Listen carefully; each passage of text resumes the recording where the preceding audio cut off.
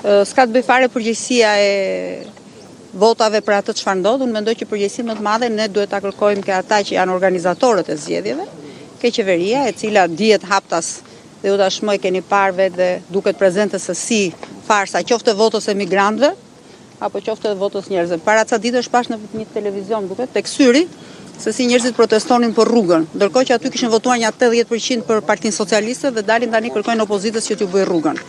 Kështu që kjo punë është shumë e thjeshtë, ne u mësuam me votat. Se si manipulohen dhe se si Do ta vazhdoni aktivitetin tuaj politik, nuk keni asnjë pozicion as në partinë e bashkëshortit tuaj as në parlament. Filmi është një anë e jetës dhe është shumë interesante.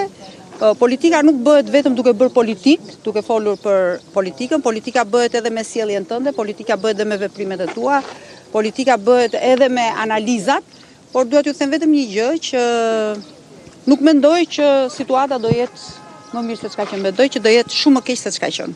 Zëna Kryemëdhë, cilësoni farsë elektorale edhe ju si Berisha apo keni qendrim tjetër për zgjedhjet? Shiko, që është farsë elektorale, është farsë elektorale.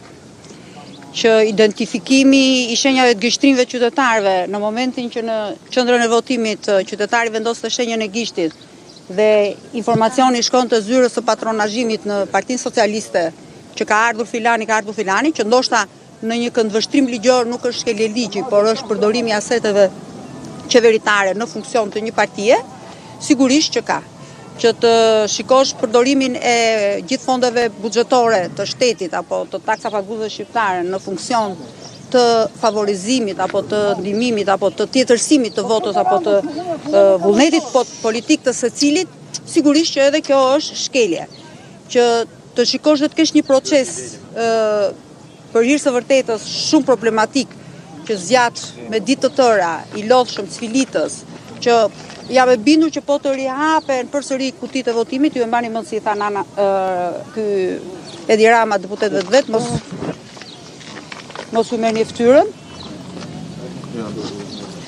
Mos ju merrni ftyrën njëri tjetrit ose do t'ju marr ftyrën. Ajo që është e rëndësishme është që gjithë kjo është vërtet një farsë. Por megjithatë, unë nuk jam askushi që ta zgjidh këtë farsë. Kjo është në dorë të opozitës, në dorë të parlamentit të ardhshëm, në dorë të klasës politike, në dorë edhe të vetë qytetarëve. Unë jam 1 në 3 milion shqiptarë tashmë.